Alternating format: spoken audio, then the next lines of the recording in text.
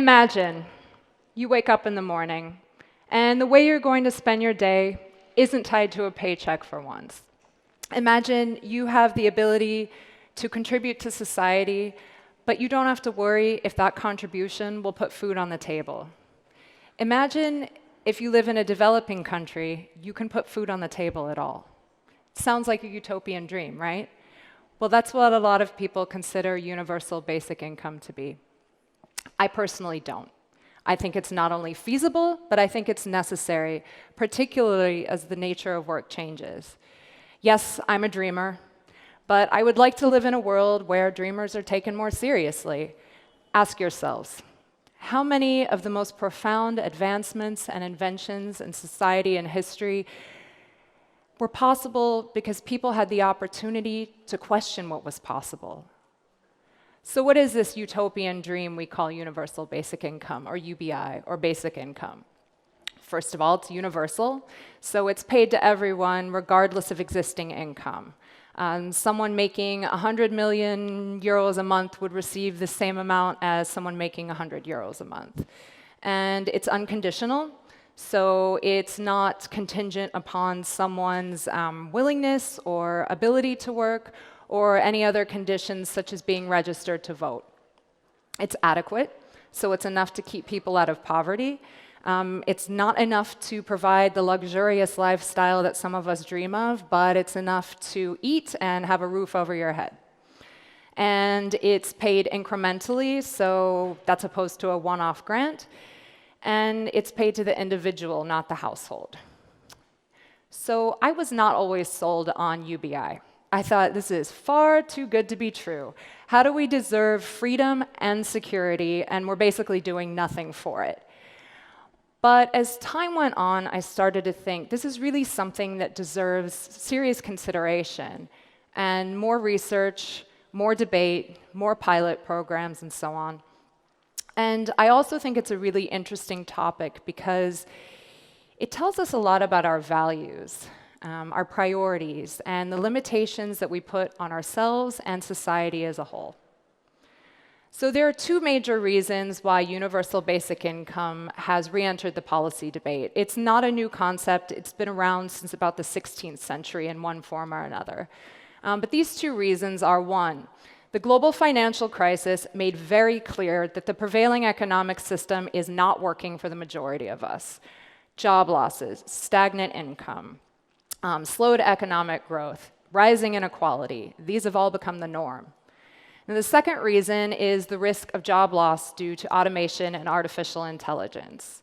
So estimates range from 9 to 47% of existing jobs being lost due to automation and AI. And frankly, I think both of these are good enough reasons why economic security should not be solely linked to work or income from work, particularly in the future.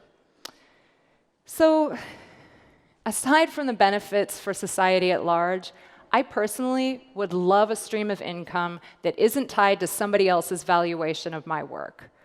If universal basic income was a reality, I might not even be standing here. I'm an artist, but it's not what I do to earn a living. I'm fortunate enough to have a diverse skill set. Some of those skills are valued on the labor market. But the more time that goes on, the more I realize that my true contribution to society is my artistic talent, because it's unique, because artists and musicians see the world a different way, and none of us really see the world the same. So everybody's art is different from everyone else's for the most part. And this actually started to make me wonder, how many people out there are compromising their gifts and skills because they don't think they deserve any better? Because we continuously fail to question the assumption that the only form of legitimate work results in an income. I think framing universal basic income as impossible limits us. It keeps us in a world where we place a much higher value on jobs that result in monetary return. And the higher the income, the more value those jobs tend to have. And as a result, we end up undervaluing other contributions to society.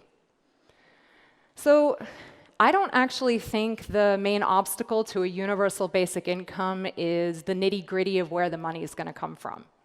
I actually think it's our mindset. I think it's our priorities. And I think it's the fact that we've really demonized this notion of receiving something for nothing. I think if something's a priority, we can make it happen. How much money did the US Federal Reserve create for the quantitative easing of big banks between 2008 and 2015? Just $4.5 trillion. No big deal. Maybe I'm naive, but I would like to think that if we can prioritize big banks, we can prioritize a universal basic income. Now, whether or not you agree with me and whether or not you support a universal basic income, just debating it helps draw out the nuances in the difference of values between social and economic policy. And it also helps us understand the limitations we place on ourselves and each other, and basically the way we envision the future of humanity and work. So UBI has been shown to work in both developed and developing countries. There are pilots that have been rolled out in a number of countries. For instance, Finland just wrapped one up, and it had an overwhelmingly positive impact on mental, emotional, and physical well-being, as well as trust and governance and part-time employment.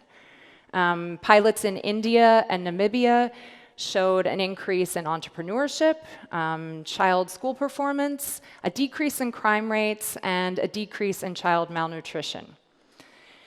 Now, there are ongoing pilots now everywhere from California to Brazil, Canada. There are planned pilots in France, Scotland. I think there's one going on in Kenya now. And they're not all funded by governments.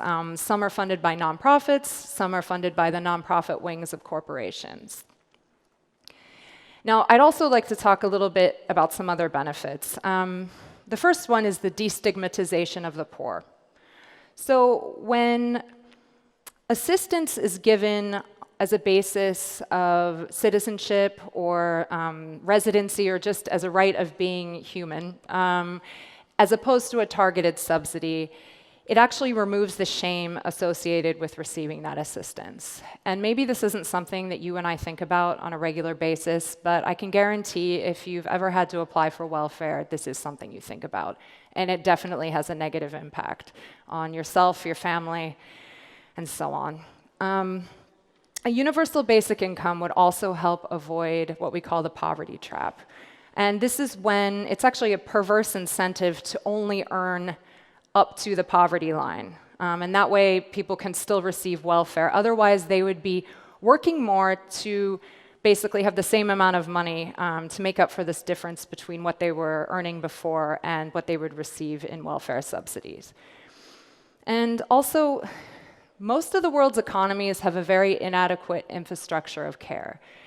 And this is the social and economic support that is provided to caregivers. Who are caregivers? Mothers, fathers, those caring for the elderly, family members caring for sick family members. And I don't think anybody in here would deny that those are not only critical roles in society, but they're necessary. And a universal basic income would not only make sure that these people can get by while they're providing this care, it would also signal to them that we value their contributions to society just as much as someone trading stocks on Wall Street. Another interesting potential benefit of a universal basic income is because of the egalitarian distribution, it actually has the possibility of strengthening social cohesion across different segments of society, because everyone's receiving the same amount of money. And why is this important? Well, as our relationship to time and the way we spend our days and the way we re-relate to our purpose here on Earth changes, community and social ties are going to become increasingly important. Now, more broadly, a universal basic income would allow people to develop specific and unique skills. For some people, yes, this might end up just as a new pastime. But other people might end up with an important role in a critical field that didn't exist before. But taking the burden on of potentially becoming a leader in a field that's potentially important in the future, it bears a lot of risk. And we really can't expect people to take on this risk without some kind of incentive.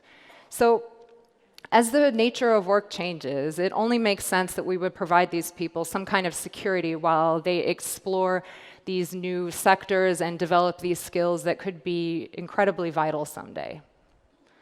Now, this is near and dear to my heart, but a UBI would also allow us to develop and hone skills that are of cultural value: art, music, dance, history, even teaching. These don't result in very lucrative careers, but they benefit all of us. Now, okay, there are benefits to a universal basic income, but there's also the elephant in the room: the cost. I'm not going to stand here and pretend like I know how we would fund some long, ongoing, massive basic income scheme. We're just not there yet.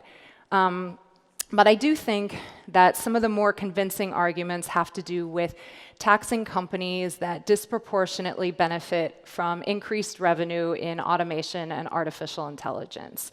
And this combined with the reallocation of resources that are currently paying for ineffective welfare programs.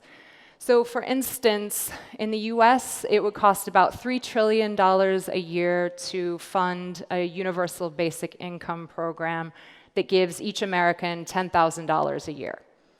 And currently, governments at the local, state, and national level are paying about $1 trillion a year on welfare.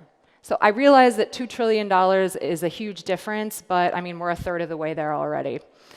There's also the possibility of overhauling the inherited wealth tax, because as much as people don't want to hear it, this is getting money for nothing.